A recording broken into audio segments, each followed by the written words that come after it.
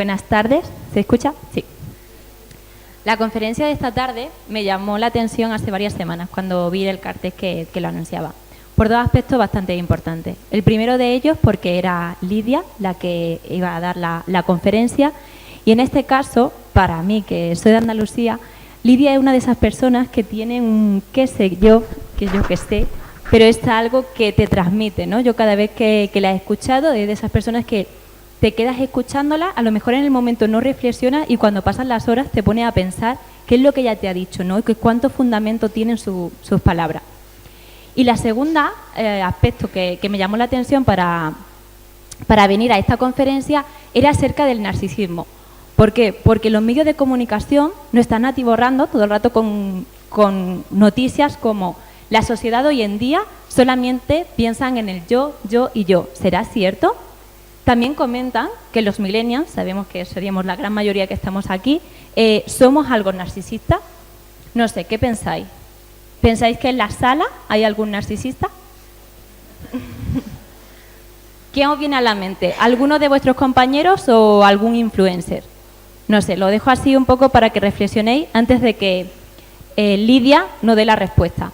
No hay nadie mejor para esta conferencia que Lidia Jiménez, puesto que ella es especialista en educación y en filosofía y además pues tiene una trayectoria profesional increíble, ¿no? Estaría toda la tarde hablando de ella, pero bueno, me voy a dejar de preguntas y voy a ir a lo más concreto.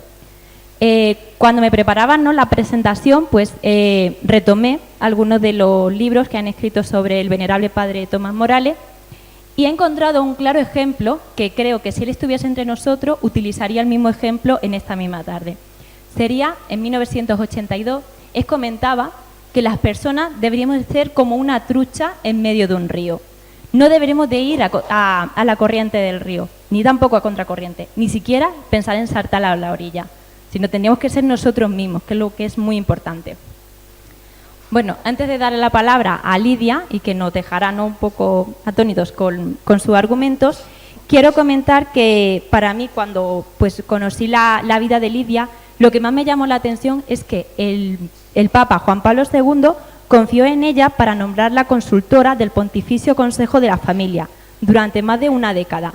Y no solamente fue Juan Pablo II el que confió en ella, sino que Benedicto XVI volvió y también, bueno, llegó él también y la nombró consultora de la Congregación para los Institutos de Vida Consagrada.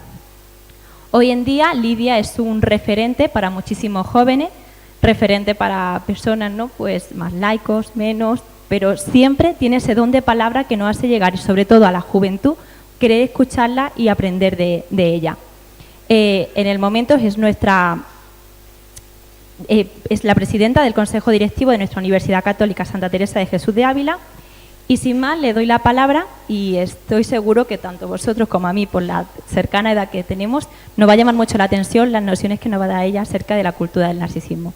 Muchísimas gracias. Bueno, muchas gracias. Muchísimas gracias. A ver, yo siempre soy muy obediente, o sea, soy una persona obediente, aunque digan lo contrario.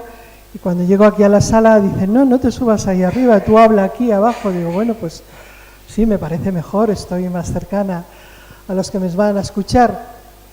Y además soy muy obediente porque me dicen, tienes que hablar del narcisismo. Y yo digo, bueno, bien, pues hablo del narcisismo. Tendría otros temas, a lo mejor en otra ocasión podemos aludir a ellos, pero no cabe duda que es que el tema del narcisismo es hoy una epidemia, es una epidemia. Así lo ha titulado, así se titula un libro que ha aparecido recientemente o no muy lejanamente, el año pasado, en Ediciones Cristiandad, de dos psicólogos americanos. Un matrimonio, ella es profesora en la Universidad de San Diego, él es profesor en la Universidad de Georgia. Entonces hacen un recorrido bastante denso de cómo el narcisismo, es decir, el estar la persona centrada totalmente en ella misma y considerarse referencia del mundo y considerar que los demás tienen que hacer lo que ella considera que es lo justo y que es lo que necesita.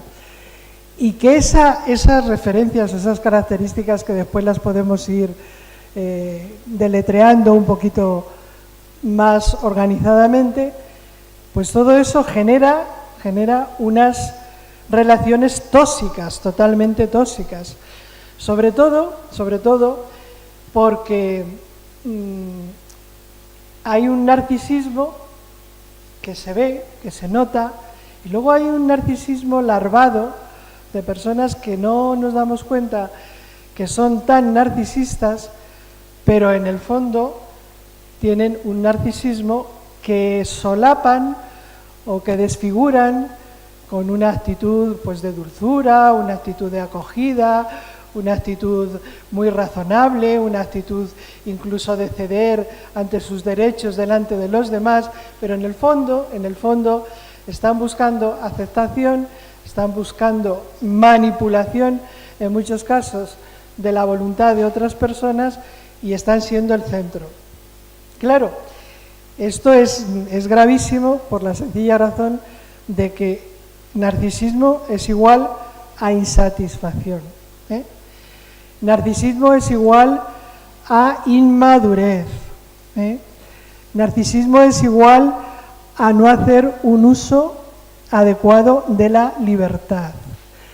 Narcisismo es igual pues a una serie de comportamientos que llevan a la persona muchas veces a decir, bueno, esto que yo he concebido sobre mi persona resulta que no. Imaginaros que yo soy una persona narcisista. Y entonces digo, pero bueno, ¿y cómo es que yo no voy a aspirar y no podré aspirar nunca a ser premio Nobel? Pues no. ¿Y cómo es que hay una señora de mi edad?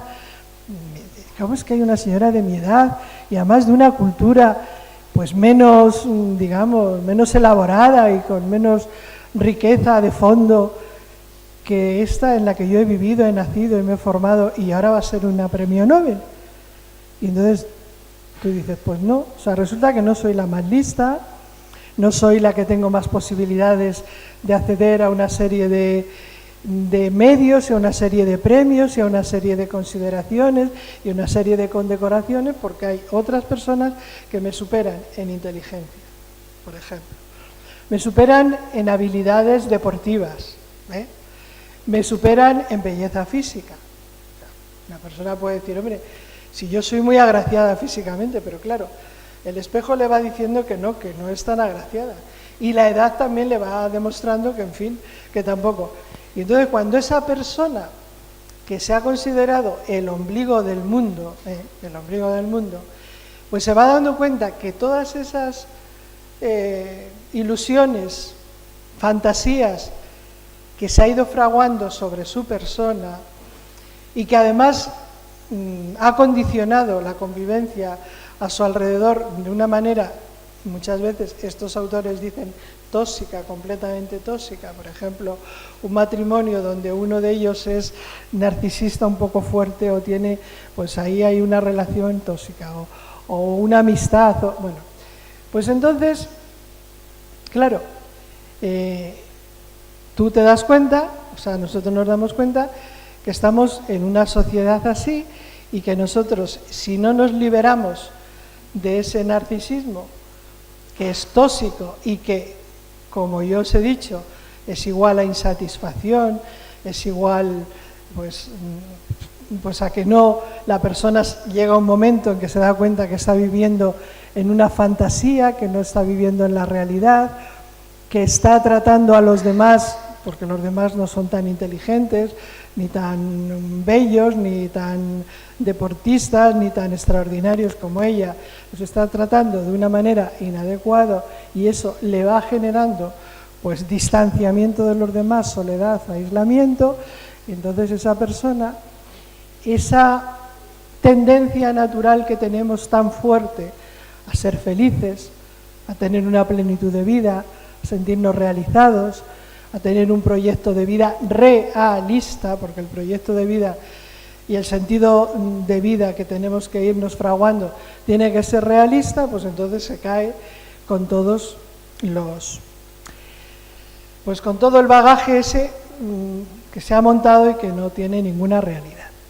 Pero mirad, hay otro, yo ahora últimamente pues me he interesado por leer estas cosas sobre el narcisismo. También hay psicólogos españoles y también hay, por ejemplo, una psicóloga, Jennifer Delgado, pues escribe cosas así sobre todo muy asequibles y con experiencias, o sea, no con teorías sino con experiencias.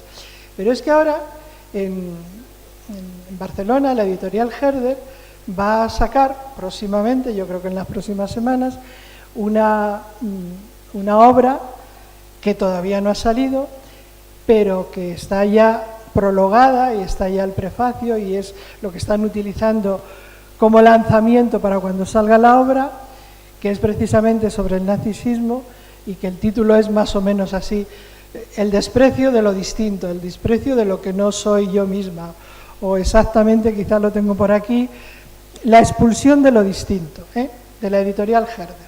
Y entonces, claro, ahí en ese prefacio, en ese prólogo, que ya os digo, es una forma de lanzamiento de la obra que va a salir próximamente, pues hay una cosa, claro, alarmante. Hay una cosa alarmante, dice, dentro de poco, o sea, dentro de muy poco, se va a establecer una profesión que va a ser la profesión del oyente, el oyente. ¿Qué quiere decir la profesión del oyente? De la persona que escucha a otra persona. Porque nadie escucha a nadie. Todo el mundo se escucha a sí mismo. Todo el mundo, yo, mí, me, conmigo. Mi, yo. Y lo otro, lo expulso, lo otro no, es que no me interesa.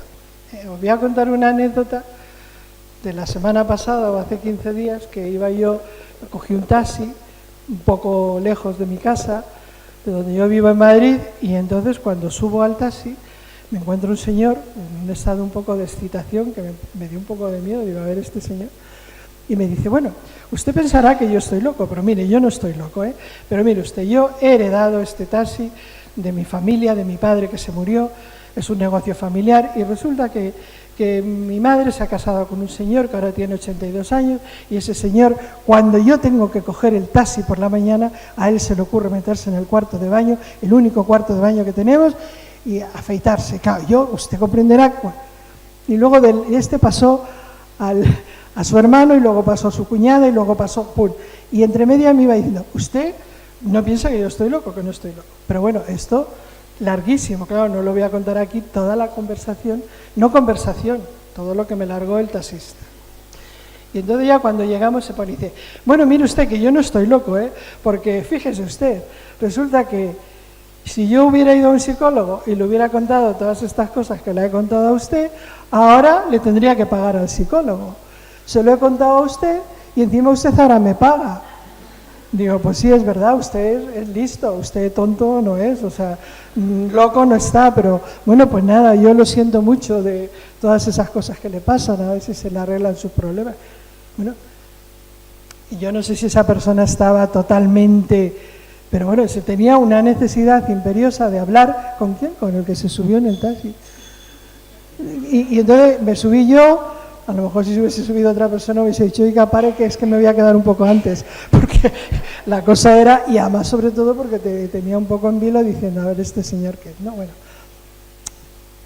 Una sociedad en que no escuchamos, porque claro, el escuchar supone ponerte en el lugar de la otra persona, supone olvidarte de lo que a ti te preocupa, supone valorar que una cosa que te está diciendo esa persona y que a lo mejor es una cosa que a ti te parece insignificante o que te parece que no tiene importancia, pues resulta que a esa persona, para ella es un problema. Y como es un problema, es importante. Y tú tienes que tomarlo como que efectivamente es importante. Bueno, os doy esta referencia bibliográfica para que los que estén más interesados pues puedan documentarse. Hay muchas más cosas, ¿no? Pero claro, en este libro que yo os citaba antes, La epidemia, que efectivamente es una epidemia, hay un capítulo, es el capítulo 15, que a mí me ha interesado muchísimo, porque dice, a ver, hay dos formas de liberarnos del narcisismo. Y hay dos formas, y una de ellas es la religión. Bueno, ahí estos señores escriben en un ambiente no católico, en un ambiente de budismo, en un ambiente de protestantismo, de todas las religiones, ¿no?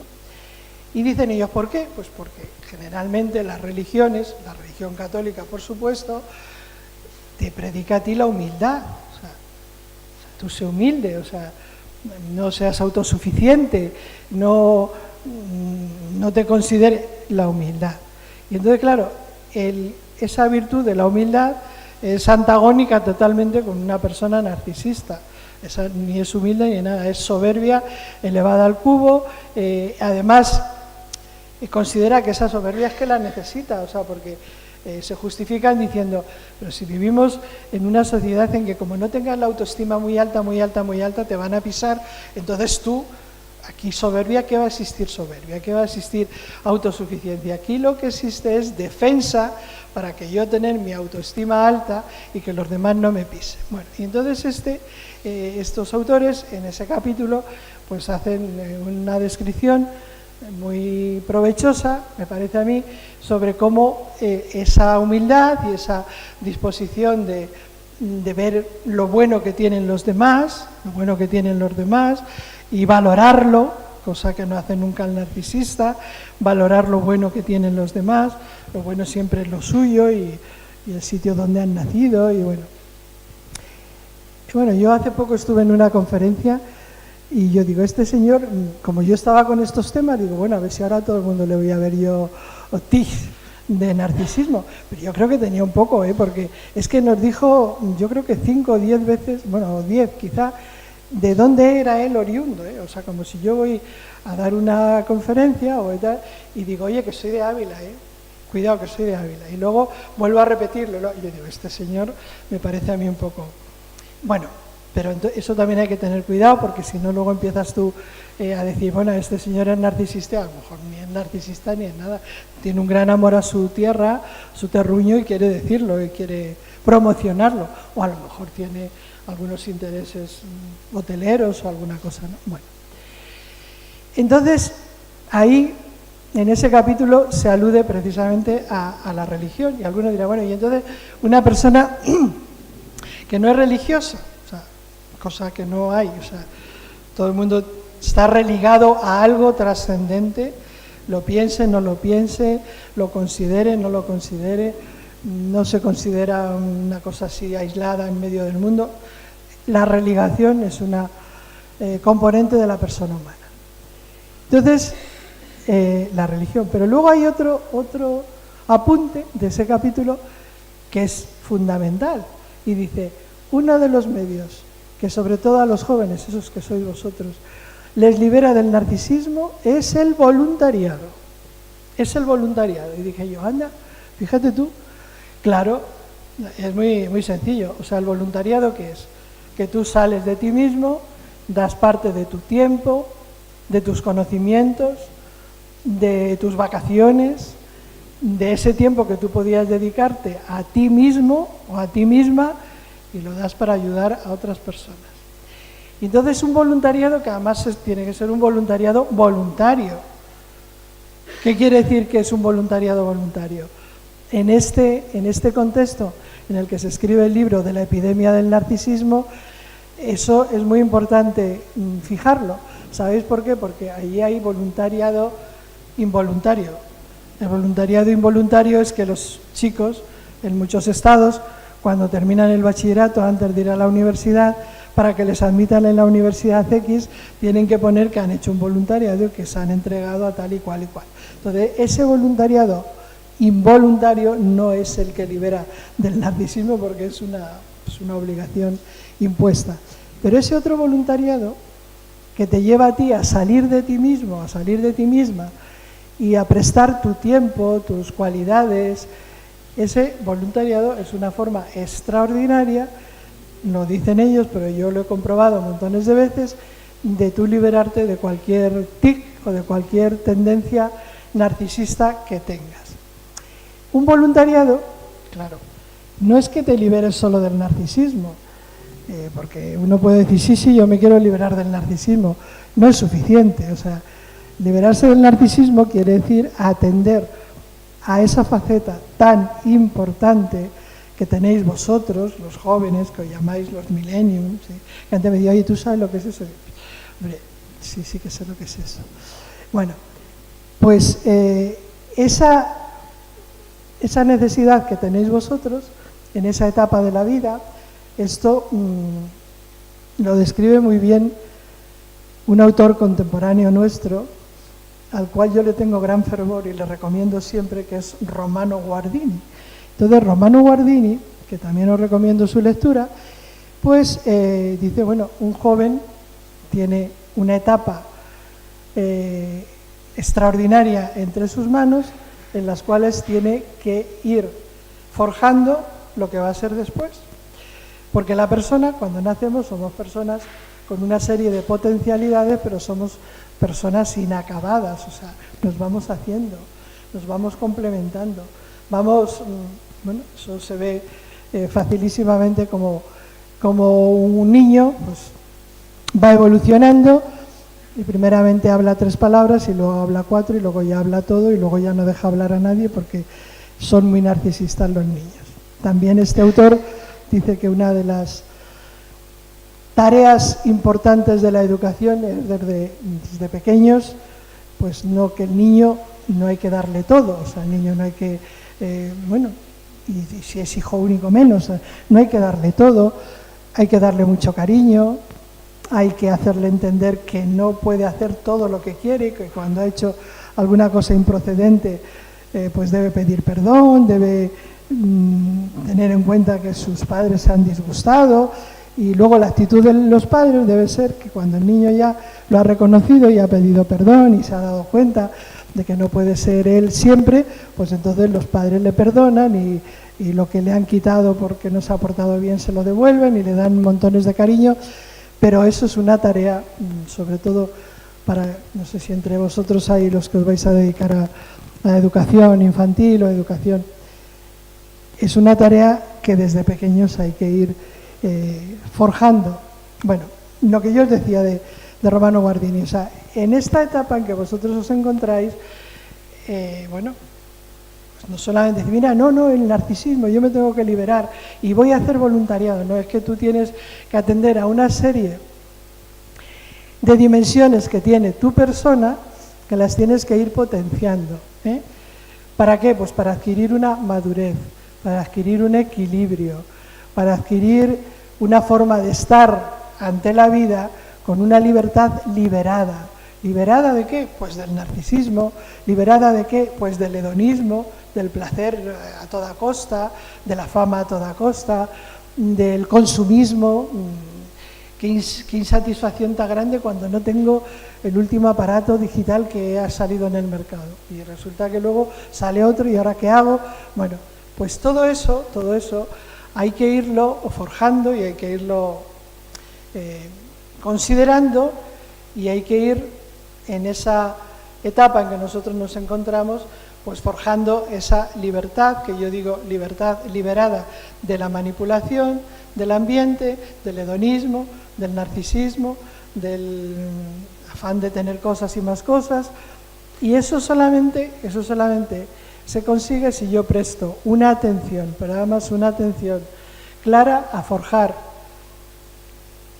en mí esos 3 pilares que forjan y que hacen a la persona madura y que hacen que yo sea una persona de carácter y una persona no influenciable y una persona generosa y una persona liberada de todos esos tics a los que hemos aludido, que es forjar el criterio,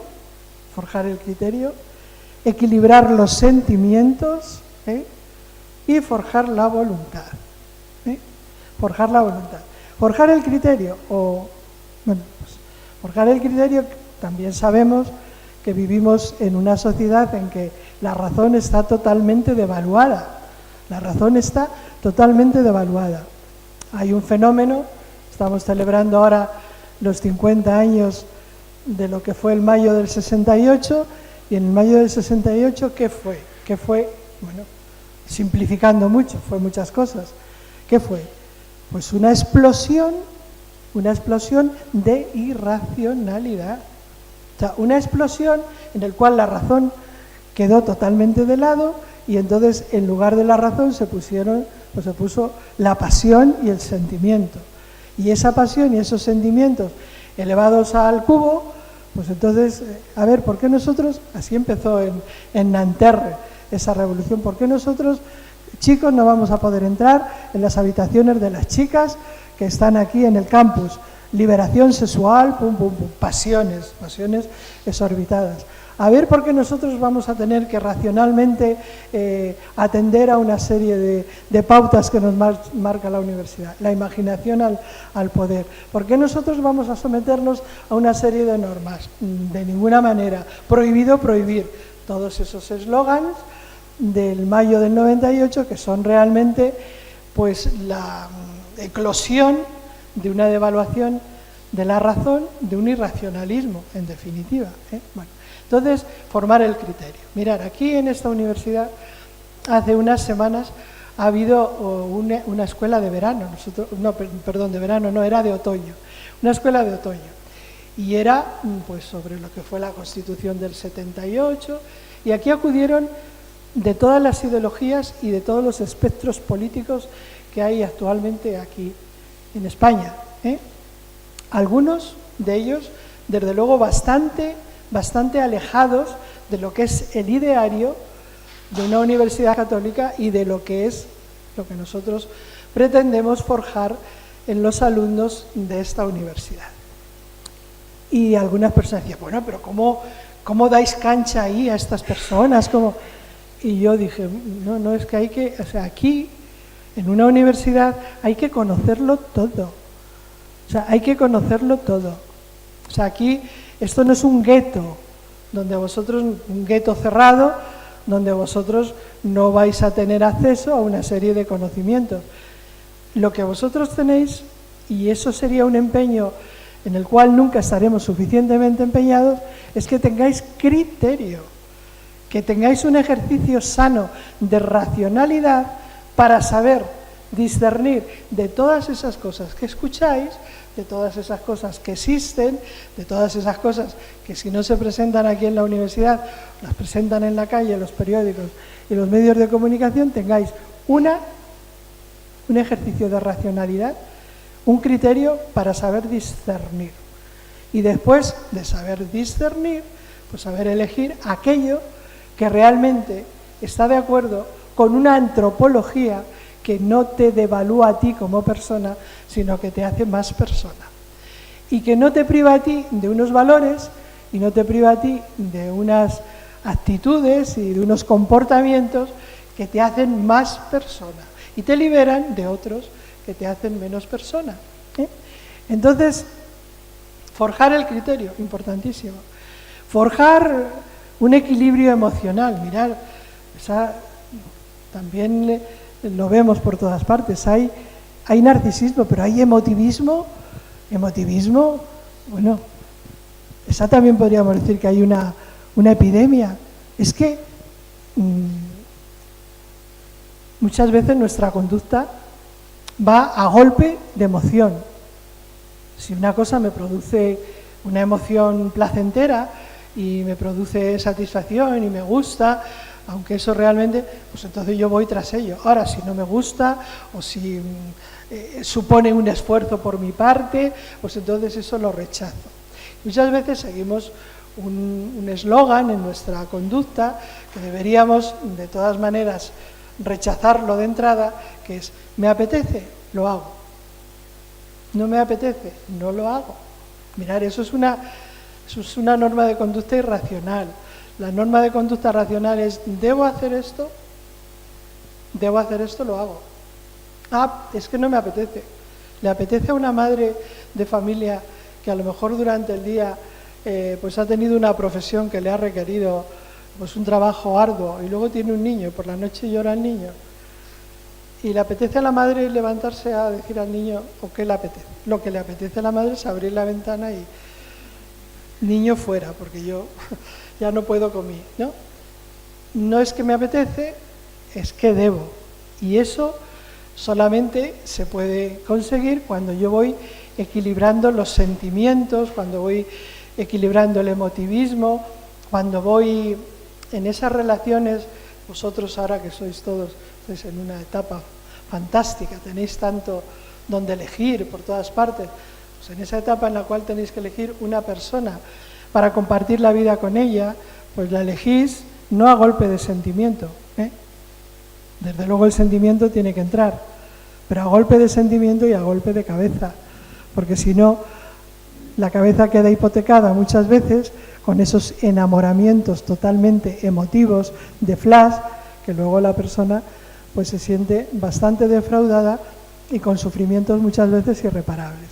Hay que educar el sentimiento, hay que educar los sentimientos, hay que dominar el emotivismo, no podemos funcionar a golpe de lo que me gusta, lo que me apetece, sino lo que debo hacer. Y luego, claro, es fundamental tener una voluntad forjada para saber acometer con fuerza aquellas cosas que nos suponen dificultad, como es preparar una oposición o como es aprobar un examen, y saber resistir también a algunas influencias o algunas solicitaciones del ambiente o de personas que a mí me desfiguran o me devalúan como persona. Son las dos facetas de la voluntad. Si nosotros prestamos atención a todo esto, pues bueno, seguramente que esa influencia narcisista, esa influencia emotivista, esa influencia hedonista y esa influencia pues de una sociedad que quiere más cosas y las mejores cosas, continuamente nos está generando necesidades, tendrán una repercusión débil sobre nosotros y nosotros podremos hacerles frente. Ahora, si estos pilares no los asentamos bien, pues nosotros seremos víctimas del ambiente en el que vivimos, que muchas veces son unos cantos de sirena que prometen lo que después no nos pueden ofrecer y no nos pueden satisfacer, porque el corazón del hombre está hecho para cosas pues más elevadas y mayores. Gracias.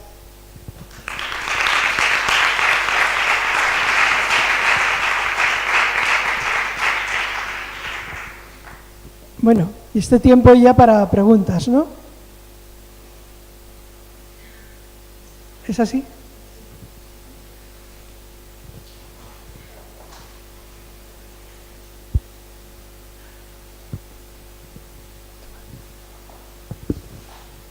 ¿Alguien se atreve?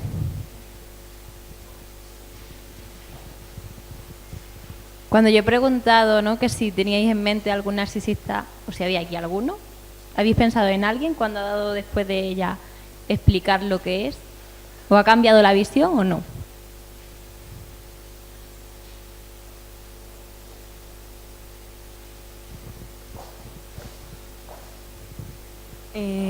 Yo he pensado mucho cuando ha dicho lo de los narcisistas y tal, de lo que está pasando hoy en día en los llamados influencers, que son como la imagen perfecta de lo que queremos ser todos, y todos estamos siguiendo el modelo de esa persona.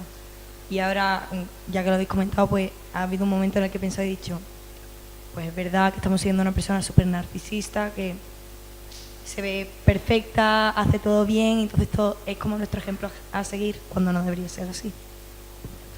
Claro. Pero fijaros, sí, de acuerdo completamente con lo que dices, ¿no? Pero fijaros que muchas veces esas modas que se han puesto como patrones ahí, o esas personas que te aparecen como modelos, muchas veces generan en las personas verdaderos dramas, pero dramas que muchas veces son visibles y que se conocen y que otras veces permanecen mucho más ocultos. Por ejemplo, todo ese tema de los problemas de la alimentación que tienen muchos jóvenes, y antes decían chicas, no hay chicos, o sea, chicas y chicos, muchos, ¿no? ¿De dónde provienen? ¿No? Pues de que te presentan una serie de modelos en los cuales, pues tú, para ser aceptable en el ambiente donde estás, pues tienes que tener una cintura así de cuello de botella y tienes que... y entonces, claro, comes y luego descomes y luego... Y todo eso es terrible, ¿no? Y entonces, pues esto que tú estás diciendo ahora, lo mismo. Y como además, algo a lo que no he aludido, pero eso también puede estar en el ánimo de todos, como además todas esas facetas y todas esas modas, pues ahora corren, porque los medios digitales, vosotros sois nativos digitales. Y entonces, como sois nativos digitales, tenéis todo tipo de medios y lo conocéis al momento y lo conocéis. Y entonces se os presentan una serie de imágenes que además, bueno, y que generan una serie de trastornos impresionantes, ¿no? Por ejemplo, insomnios. O sea, hay personas que tienen insomnio, ¿por qué? Porque es que tienen el móvil al lado y entonces salta una cosita y se despiertan. Y entonces ya van a ver quién ha entrado y, bueno, no sé, vosotros lo sabéis, ¿no? Y luego el Instagram y lo otro. Yo de eso ya no hablo porque como luego casi siempre ha salido otra cosa nueva y yo a lo mejor no la conozco, pues entonces no digo, pero vosotros lo conocéis todo. Y cuando tú ya estás en uno, ya ha salido otro, eso genera adicciones. O sea, hace unos cuantos años, cuando yo era universitaria, como vosotros, pues la adicción era el tabaco, o sea, y venga a fumar y tal, y por mucho que te decían, y luego pues... Pero bueno, hoy día eso ya está casi pasado, ¿no? También existe, pero hoy día la adicción son los medios estos digitales, ¿no? Que además crean verdaderas adicciones. Y el que no está en la última, pues se considera que está fuera de la civilización. O sea que... ¿Alguien quiere comentar algo?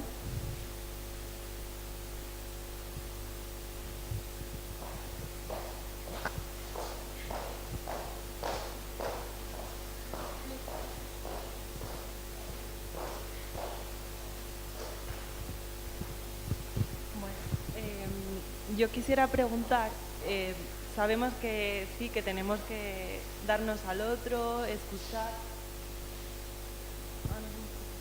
No te veo.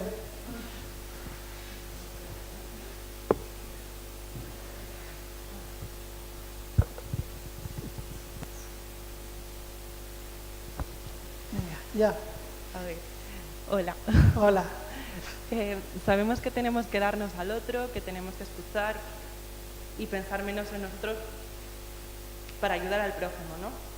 Pero ¿cómo hacemos y dónde ponemos el límite? Porque también es importante pensar en uno mismo. Sí, por supuesto. Y además, pues mira, el límite lo tienes que poner, la persona a la que tú escuchas tiene que ejercer una reciprocidad contigo, ¿eh?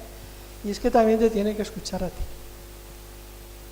Porque si es una persona a la cual tú, por ejemplo, el ejemplo que yo os decía del taxista, vamos, no, eso no se puede, ¿no? Pero una persona, una amiga, una profesora, una tutora, tal, te escucha. ¿Y cuál tiene que ser el límite? Cuando tú ves que la otra persona no tiene ninguna disposición a escucharte a ti. Pero a escucharte a ti, ¿qué? Lo que a ti te preocupa, casi lo mismo que ella ha hecho contigo, no. Una valoración de eso que ella te ha explicado a ti y eso que te está diciendo a ti, tú la escuchas y la reciprocidad tiene que venir y el límite tiene que venir para decir, bueno, sí, de todo esto que me has dicho, yo te escucho con tal, pero mira, yo creo que en esto no estás atinada, yo creo que en esto deberías ir por esta, yo creo que en esto te estás pasando, yo creo. Y si esa persona no tiene ninguna disposición de escucharte, de escuchar a ti, o sea, pues entonces tú ahí pones el límite. ¿Y eso quiere decir que no tienes que volver a hablar con ella? ¿O? No, tú tienes que volver a hablar con ella, pero tienes que ir generando una empatía y que la otra persona entienda que tú también tienes algo que decir. ¿Eh? Gracias. De nada.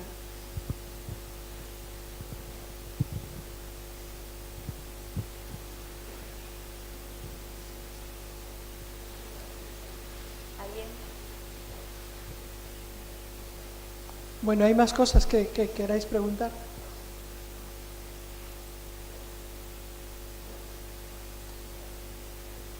Quizá vosotros os habéis quedado en la primera parte de lo que he dicho y la última parte es sumamente importante, que vosotros tenéis que prestar una atención grande a ir armando esa personalidad en la cual pues la voluntad, el sentimiento, el criterio se van equilibrando y van forjando en vosotros una persona que sabe responder ante todo lo que le viene del ambiente o para aceptarlo, para...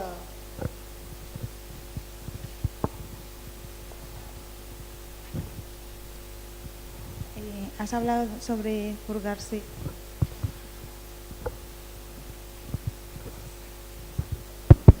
Vale. Has hablado sobre forjarse a uno mismo, ¿no?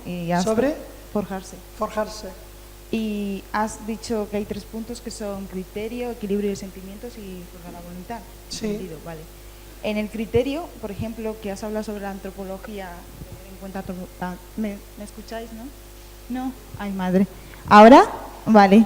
Sobre la antropología, ¿cómo puedes ayudar, o sea, dar un consejo a los jóvenes de ahora sobre la antropología? Porque es verdad, somos jóvenes, todos somos jóvenes, pero como estamos en una sociedad en la que es muy fácil pues dejar esto porque tienes muchas cosas donde elegir, o sea, al final acabas separando al cuerpo de la persona.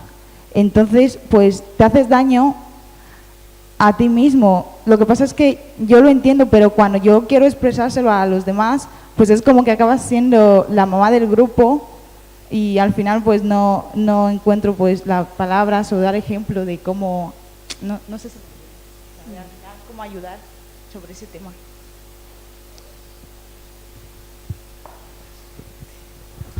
Bueno, pues yo creo que una forma de ayudar es que te vean a ti o vean a la otra persona y decir, oye, esta persona vive de esta forma, tiene estas actitudes, estos comportamientos, lleva su carrera bien, en fin, sabe divertirse con orden.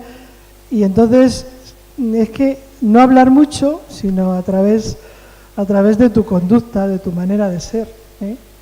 Yo creo que ahí se arrastra mucho más con lo que eres, un poquito con lo que dices, un poquito con lo que dices, pero sobre todo con lo que tú eres, ¿eh?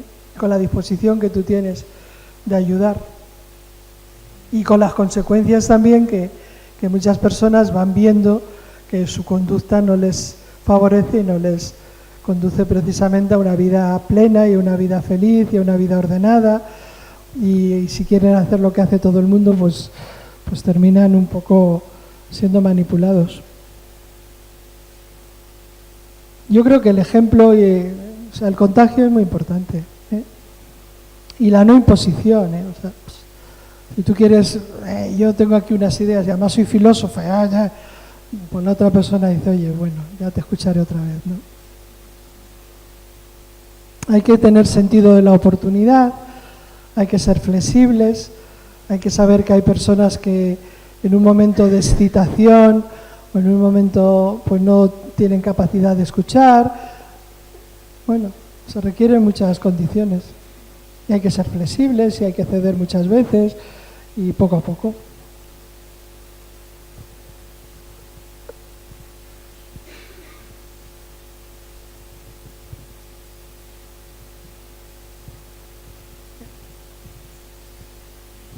Bueno, pues entonces, si no tenéis ninguna pregunta más, ha sido un placer y espero que nos encontremos en otra oportunidad y que si tenéis algunas preguntas y las ponéis por escrito, ya buscaré yo el momento de contestaros. ¿Sí? Gracias.